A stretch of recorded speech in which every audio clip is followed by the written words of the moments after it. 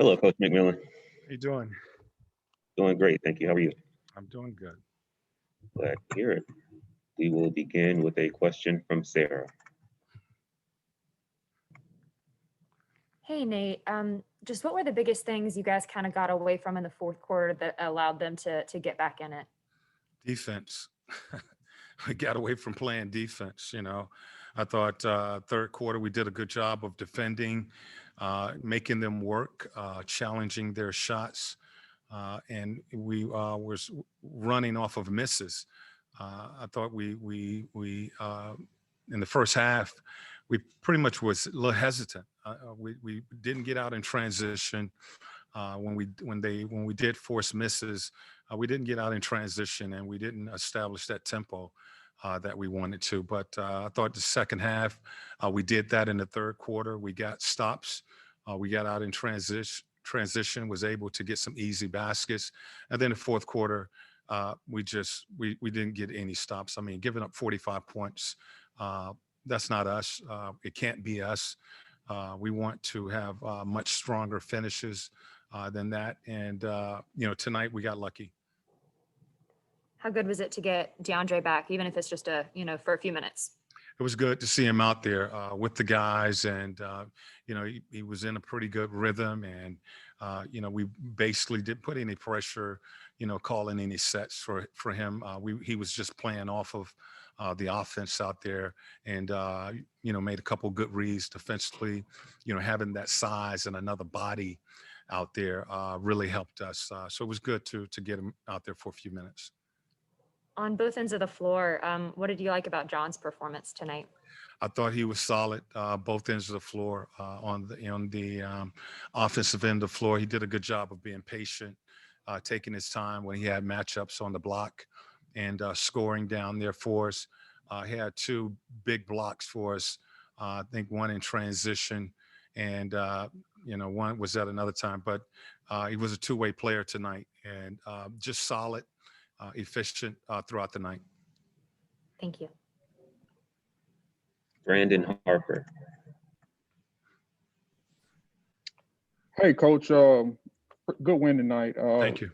I know, when it comes to a guy like Westbrook, it kind of takes a team defense to kind of defend him. But specifically, what did you think about Bogey and Kevin Huerter's defense against him specifically tonight?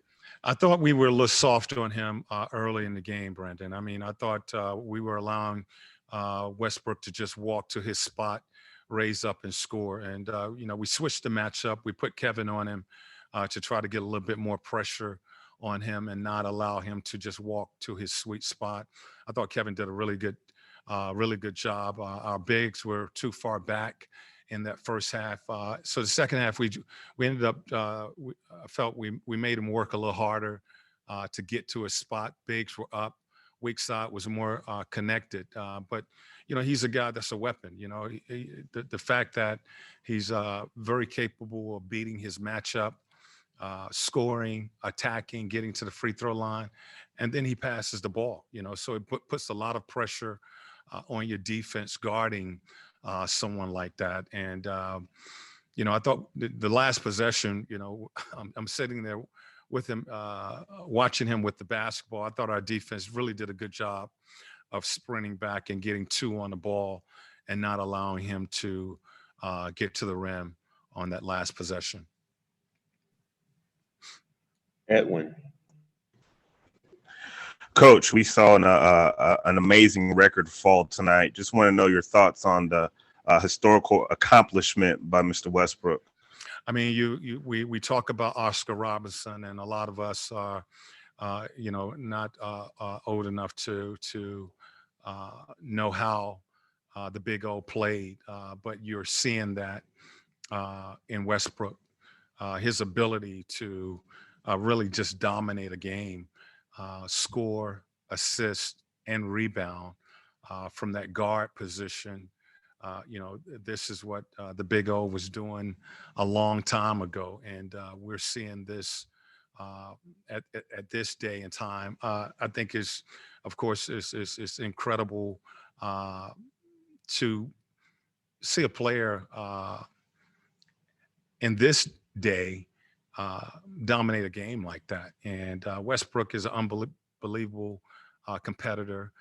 As I mentioned early, I had an opportunity to work with him with the U.S. Olympic team, and just watching that guy and how he plays, have a great deal of respect for his game. Dan Woike. And like talk about influence. This weekend, a bunch of players that you coached against and competed against are going into the Hall of Fame, and Kevin Garnett, Tim Duncan, and obviously Kobe Bryant. I'm curious specifically with Kobe, what are the ways that you see that he's influenced kind of the way the game is played today, whether in attitude? I mean, you mentioned Westbrook. I see a guy who with just undeniable will, which was something that Kobe Bryant had. I'm just curious kind of what you see and how did those dots kind of get connected from then to now? Well, again, he's another guy that I had the opportunity to work with the Olympic team, and just his preparation. I got an opportunity to see how he prepared for his opponent, the game, for practice. He was a guy that, there's a reason some people are successful, and Kobe put in the work on his craft to be the player that he became. And, I saw that firsthand with the Olympic team.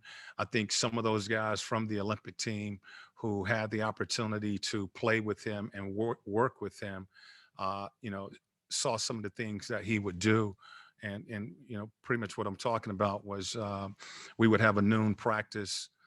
Kobe would weight train at 7 o'clock in the morning, get his breakfast. He would go over and get a workout before practice, come back and meet at 11 o'clock, go back to the gym and practice at noon. He ordered or he had the video personnel to give him all video on the guy that he was going to guard. He told Coach K he wanted the best offensive player. So a lot of guys on that team at the time, the LeBrons and Carmelo and those guys like that, they saw how he worked and how he prepared. He was a guy that personally didn't want to befriend the players in the league because I think he felt as if I like you, I can't take advantage of you. So he always seemed to work to keep that edge when going out and playing the game. Garnett is unbelievable. He's a guy that played every possession hard, offensively as well as defensively. Those are great players that had the opportunity to see play and coach against. Thanks, Nate. Yep. Christos. Coach, how satisfied you are about what you see from Bogey and Trey about their partnership on the court tonight? How satisfied you are about the partnership of Trey and Bogey on offensive end tonight? I thought they did a good job. Trey had a few too many turnovers in that first half, but only one in the second. I think he had 5 turnovers in that first half, 1 turnover in the second half. And, it's a 48-minute game. It's a long game. And, what I talked to our guys about is figure it out. And we got to be better as this game goes on. And both of those guys they did a good job of, executing the offense, getting the ball, moving the ball, knocking down shots. Defensively, again, I thought, Trey and it starts with Trey and Bogey establishing us. And I thought they did that in the third quarter. Just the fourth quarter, we let that kind of get away from us. But the two of those guys are finding a rhythm. Trey understands where Bogey likes the ball. He's getting him the ball in a position where he can be productive. So, they're really starting to develop some chemistry. Thank you very much, Coach. Two more. First from Kevin Chenard. You mentioned before the game the pace, and it seemed like the Wizards were doing an extremely good job in transition, short of like not turning the ball over. What else do you want to see to kind of limit a team in that situation? Okay, just they're gonna be fast with Westbrook and Ish out there. I mean, they are, So what we want to do is just make sure that we get back and we keep that ball in front of us. I thought we needed to make some adjustments on our pick and roll defense. We did a pretty good job of getting back in transition, but when we did get back, I thought we were a little soft on the ball. We were allowing Westbrook to just walk to his sweet spot, 15, really just dribble into 15-foot jump shots. He can make that shot. So we needed more pressure. Our pickup point was too low tonight. That pickup point needed to be higher, so the screen would be higher and we could keep him from getting into the paint. Tonight, we was just soft that first half, and he was basically just walking into 15-foot jump shots or walking into the paint and making plays. So I guess to answer your question, to be short, more pressure and drawing a line kind of in the sand where the pickup point needs to be. Final question from Milos. Okay, can you hear me? Yeah. Yes. Cool. Coach, greetings from Belgrade. Me and my colleagues are talking for a while about games from Bogdan Bogdanovic. So we're amazed how he transformed from an average shooting guard to an almost elite level shooting guard. So my question is, how were you able to transform his game in that drastic way?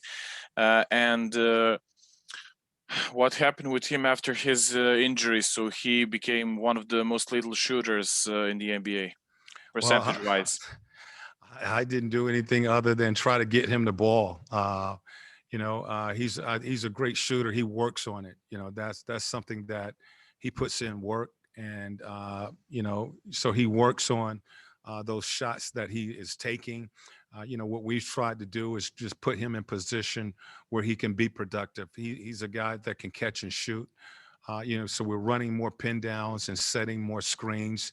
We're asking our bigs to really headhunt for him. Go find Bogey and set screens for both he and Kevin. Those guys can shoot the ball if we get them open, and his ability to handle in pick and roll situations. We're also, putting him in that situation, some pick and roll, but it's not so much me other than calling sets and putting in sets. He has put in all the work and he's doing all the work. Thanks much. Thank you, Coach. That was All our right. final question. Thank you.